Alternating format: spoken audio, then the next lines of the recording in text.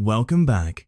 Tonight we're venturing into the heart of America's last frontier, where something far more sinister than grizzly bears and sub-zero temperatures lurks in the wilderness. Alaska, a land so vast it's more than twice the size of Texas, where most of the territory remains uninhabited and unexplored. But here's what they don't tell you in the tourism brochures. Alaska has the highest rate of disappearances in the United States. Since 1988 alone, over 0 people have vanished without a trace in what locals call the Alaska Triangle. That's roughly 4 missing person reports for every 10 residents, more than double the national average. The Alaska Triangle stretches between 3 points: Utqiagvik in the north, Anchorage in the south, and Juneau in the southeast. Within this massive expanse of wilderness lie secrets so disturbing that even hardened Alaska state troopers struggle to explain them. We're talking about planes that vanish into thin air with no wreckage ever found, hikers who disappear mid-trail leaving no footprints, and entire search parties that go missing while looking for the original victims.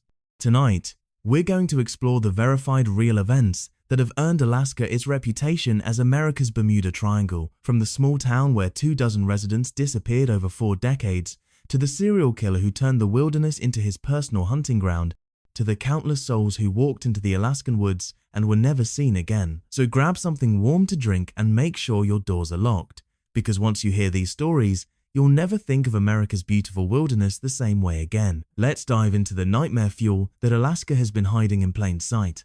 Our first story takes us to Nome, Alaska, a remote town of fewer than 40 people sitting on the edge of the Bering Sea. Nome looks like any other small Alaskan community: weathered buildings, hardy residents, and endless stretches of tundra in every direction. But between 1960 and 2004, something inexplicable happened here that would spark nationwide attention and FBI investigations. 24 people disappeared. Not over a single year or even a decade, but systematically, methodically, across 4 decades. Men, women, teenagers, elders, all gone without a trace. No bodies, no evidence, no explanations. Just empty homes and families left wondering what happened to their loved ones. The first few disappearances didn't raise much alarm. In a place like Nome, people sometimes wander off into the wilderness and don't come back. It's harsh country where a wrong turn in a snowstorm can be fatal. But as the numbers climbed into the teens, then the 20s, even the locals couldn't ignore the pattern anymore. What made these disappearances even more unsettling was their randomness. There was no clear victim profile: young and old, native and non-native, long-time residents and newcomers. The only thing they had in common was that they all called Nome home, and then one day, they simply didn't. The FBI eventually stepped in, convinced they were dealing with a serial killer. Federal agents descended on this tiny Arctic community, interviewing residents, searching buildings, analyzing every possible lead. They were certain someone was preying on Nome's residents, picking them off one by one and disposing of the bodies in Alaska's vast wilderness. But here's where the story gets truly disturbing. They found nothing. No killer, no crime scenes, no pattern that made sense. The investigation concluded that alcohol abuse and the dangers of the Alaskan wilderness were most likely to blame. Case closed, officially speaking. Except the residents of Nome knew better. They'd lived in that wilderness their entire lives. They knew its dangers, respected its power, and understood how to survive in it. These weren't naive tourists wandering off unprepared. These were experienced Alaskans who knew better than to take unnecessary risks. And yet they kept disappearing. Some residents began whispering about other explanations. UFO sightings were common in the Nome area, Nome Air more common than anywhere else in Alaska. Could there be a connection? Others pointed to the region's indigenous legends about spirits that steal people away, never to return them to the living world. What makes Nome's disappearances particularly chilling is the aftermath. Imagine living in a community where, every few months for 40 years, someone you know just vanishes. Your neighbor, your co-worker, your friend from church, there one day, gone the next. No goodbye, no note, no trace. They ever existed except for the people who remember them. The psychological toll on the community was immense. Parents stopped letting their children play outside after dark. People began traveling in groups, never venturing anywhere alone. trust eroded as residents wondered if someone among them might be responsible for the disappearances. Today, Nome's official population is around 800 people, but locals will tell you that number should be higher, much higher, 24 higher to be exact, if you don't count the people who moved away because they couldn't stand living in a town where people regularly vanish into thin air. The most unsettling part of Nome's story isn't just that so many people disappeared, it's that, despite decades of investigation, hundreds of thousands of dollars in resources, and the full attention of federal law enforcement, no one has ever been able to explain why. In a world where we expect answers, where forensic science can solve decades-old crimes, Nome represents something far more terrifying, the possibility that some mysteries are beyond our understanding. And that's just the beginning of Alaska's secrets. In the late 1970s, Anchorage was booming. The Trans-Alaska Pipeline was under construction, bringing thousands of workers and billions of dollars to America's northernmost city. It was an exciting time, new jobs, new opportunities, new faces arriving daily. But the boom also brought something else, the perfect hunting ground for one of America's most terrifying serial killers.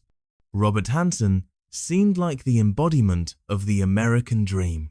A successful businessman who owned a popular bakery in downtown Anchorage, a devoted family man with a wife and children, and an accomplished hunter who knew Alaska's wilderness better than most people know their own neighborhoods. Neighbors described him as quiet, hard-working, and reliable, the kind of man you'd trust to watch your house while you were away. But Robert Hansen had a secret that would shock even hardened homicide investigators. Between 1972 and 1983, Hansen abducted, raped, and murdered at least 17 women. But here's what made his crimes uniquely horrific. He didn't just kill them, he hunted them like wild game in the Alaskan wilderness.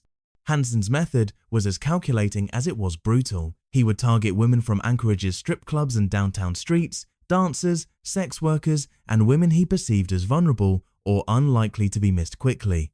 Many of these women were transient, following the pipeline money from city to city, making their disappearances less likely to trigger immediate investigations.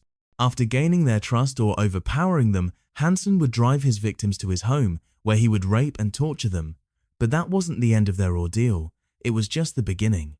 Hansen would then force his victims into his small airplane and fly them to remote locations in the Alaskan wilderness, miles from civilization, where no screams could be heard and no help could possibly arrive. Once there, he would release them into the wild and give them a head start. Then he would hunt them down with a rifle. Hansen called it the most dangerous game, a reference to the classic short story about hunting humans for sport. To him, these women weren't people with families, dreams, and lives of their own. They were prey to be stalked, terrified, and killed for his entertainment. Some victims tried to run through dense forest, others attempted to hide in caves or behind fallen trees. In winter, some tried to survive in makeshift shelters, hoping rescue would come before they froze to death. But the wilderness that Hansen knew intimately was completely foreign to his victims. Most had never spent time in true wilderness, let alone tried to survive in it while being hunted by an expert marksman. One victim managed to escape.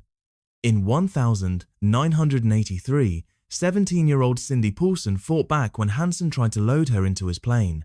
She broke free and ran to the nearest road where she flagged down a passing vehicle. Her testimony would eventually bring Hansen's reign of terror to an end. When Alaska State Troopers searched Hansen's home, they found a collection of jewelry and personal items taken from his victims, trophies of his hunts.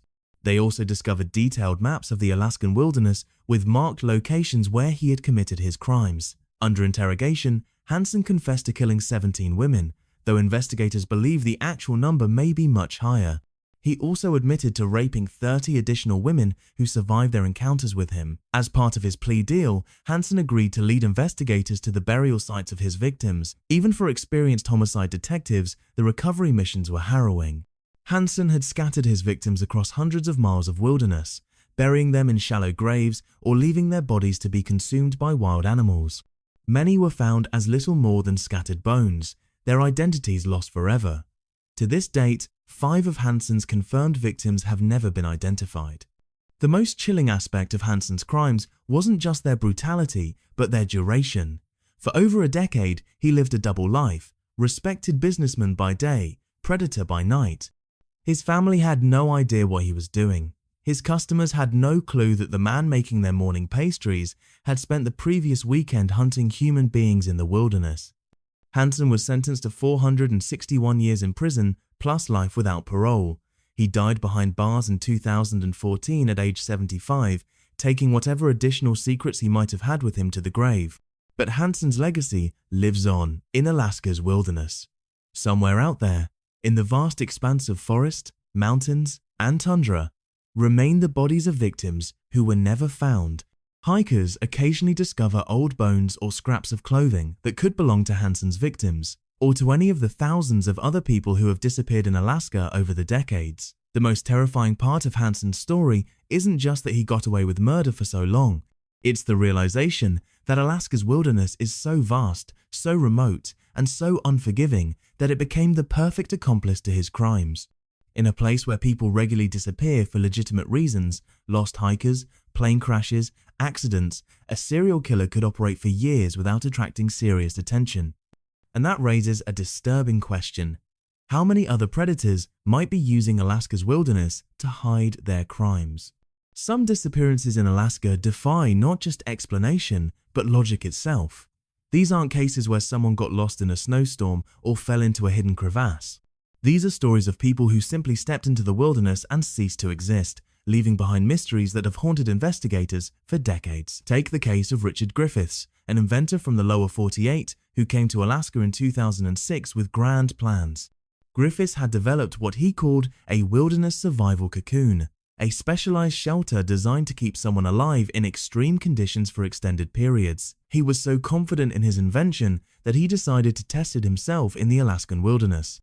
Griffiths was no amateur outdoorsman. At 6 feet tall and 220 pounds, he was an experienced hunter and survivalist who had spent years preparing for exactly this kind of challenge. He told friends he planned to spend months in the wilderness, living entirely off his invention while gathering data on its effectiveness. For over a year, nobody questioned his absence. After all, he had said he might be out there for months testing his cocoon. It wasn't until 2007 that anyone thought to check on him, and by then, Richard Griffiths had vanished completely. The investigation revealed that Griffiths had taken a bus to a remote area near the White River, checked into a local lodge, and told people he was heading to McCarthy, a tiny town near Wrangell St. Elias National Park. He left some gear at the lodge and walked into the wilderness. That was the last anyone saw of him. Search teams scoured thousands of square miles looking for Griffiths or his survival cocoon. They found nothing. No campsite, no equipment, no trace that he had ever been there. It was as if the wilderness had swallowed him whole, erasing every sign of his existence. Then there's the case of Paul LeMaitre, a 65-year-old marathon runner who disappeared during a race in broad daylight with hundreds of witnesses around. LeMaitre was competing in the mountain marathon race in Seward, Alaska, a grueling uphill run that attracts athletes from around the world. The race route is well marked and heavily monitored. Runners are tracked at various checkpoints, and race officials keep careful count of who's on the mountain at any given time. It should be nearly impossible for someone to simply vanish during such an event, but that's exactly what happened to LeMaitre. The last confirmed sighting was by a race steward who saw LeMaitre about 200 feet from the turnaround point near the summit. The weather was foggy, but visibility was adequate, and LeMaitre appeared to be in good condition. When asked for his bib number, he clearly replied 548, indicating he was alert and oriented. That was the last time anyone saw Paul LeMaitre. When he failed to finish the race, search teams immediately began scouring the mountain. They found no trace of him, no clothing, no equipment, no signs of a fall or accident. Mountain rescue experts, state troopers, and search dogs all came up empty. It was as if LeMaitre had simply vanished into the mist. Perhaps even more disturbing is the case of Erin Marie Gilbert, a nearly 6-foot-tall basketball player who disappeared on what should have been a fun evening out. Gilbert had moved to Alaska just over a year earlier and was enrolled in cosmetology school while dreaming of becoming a novelist. In July 1995, Gilbert went on a date to the Girdwood Forest Fair, a popular local music and crafts festival. The evening started normally. They enjoyed the fair, browsed the vendors, and listened to music. But when they returned to the parking area, they discovered the car's battery was dead. Gilbert's date left her in the car while he went to find help or jumper cables. When he returned about an hour later, Erin Marie Gilbert was gone. The car was unlocked, her purse was still inside, and there were no signs of a struggle. Gilbert had simply vanished from a locked car in a crowded parking area during a busy community event. Search teams combed the dense forests around Girdwood for days, but found nothing. What makes Gilbert's disappearance particularly puzzling is the circumstances. She was a smart, athletic woman who wouldn't have wandered into the woods alone at night. The area was full of people attending the festival. Her purse and belongings were untouched. Every logical explanation fails to account for how someone could simply disappear from such a public place. These cases share common elements that make them especially unsettling. The victims were all experienced, capable people who weren't taking unnecessary risks. They disappeared in areas that were searched thoroughly by professional rescue teams. Despite extensive investigations, no trace of them has ever been found. No clothing, no equipment, no remains. In most missing person cases, investigators eventually find some clue about what happened. A piece of torn clothing caught on a branch, footprints leading in a particular direction, or human remains that provide closure even if they don't answer all questions. But in these Alaska cases, it's as if the people simply ceased to exist.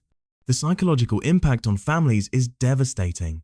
Without a body or clear evidence of death, they're trapped in permanent uncertainty. They can't grieve properly or find closure because there's always a small hope their loved one might still be alive somewhere, struggling to get home.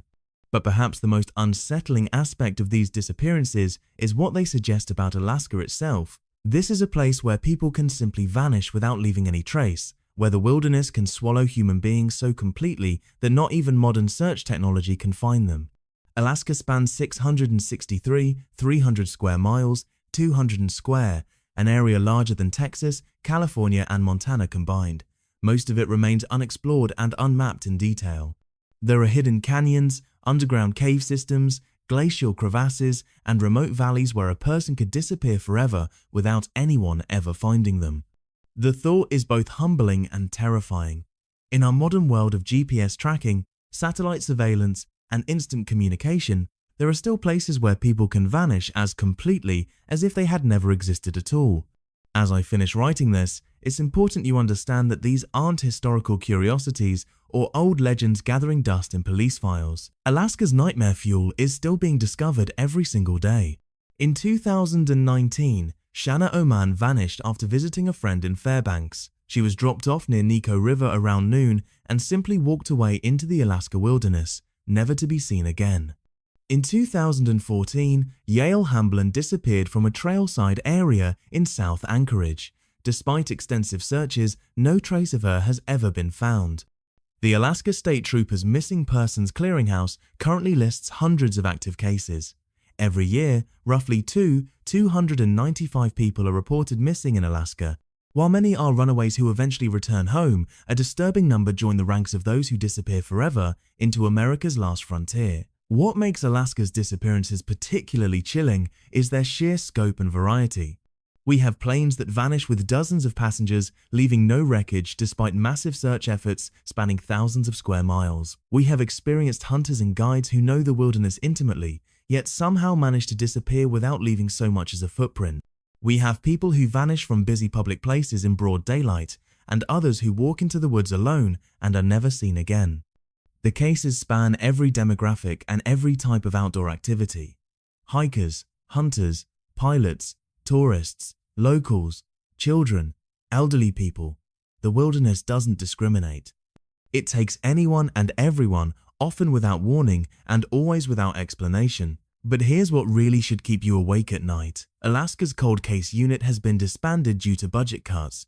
That means hundreds of missing person cases that might have been solved will now remain open indefinitely. Families who have waited years for answers will likely never get them. The wilderness will keep its secrets. Some experts point to natural explanations for Alaska's high disappearance rate. The state's 0 grizzly bears, unpredictable weather, hidden glacial crevasses, and 3 million lakes create countless opportunities for fatal accidents. Hypothermia can kill someone in minutes, and Alaska's vast distances mean that even minor injuries can become life-threatening when you're far from help. But these explanations don't account for the cases where no trace is ever found.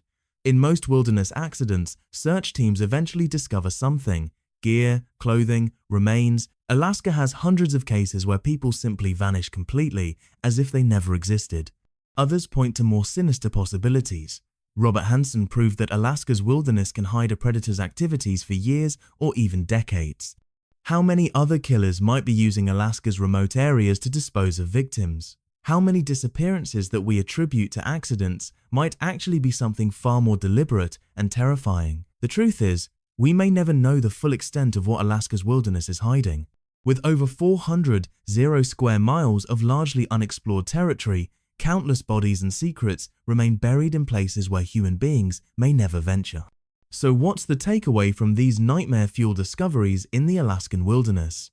First, if you're planning to visit Alaska, respect the wilderness and take proper precautions. Travel with others, carry emergency communications equipment, file detailed itineraries with multiple people, and be prepared for the unexpected. Second, understand that Alaska operates by different rules than the lower 48 states. This isn't a place where you can rely on cell phone coverage, GPS accuracy, or quick rescue if something goes wrong. The wilderness is vast, unforgiving, and filled with dangers that most people never consider. But most importantly, remember that some mysteries are bigger than our ability to solve them. Alaska's disappearances remind us that despite all our technology and knowledge, there are still places on Earth where people can vanish without a trace, where the natural world can reclaim human lives so completely that no evidence remains.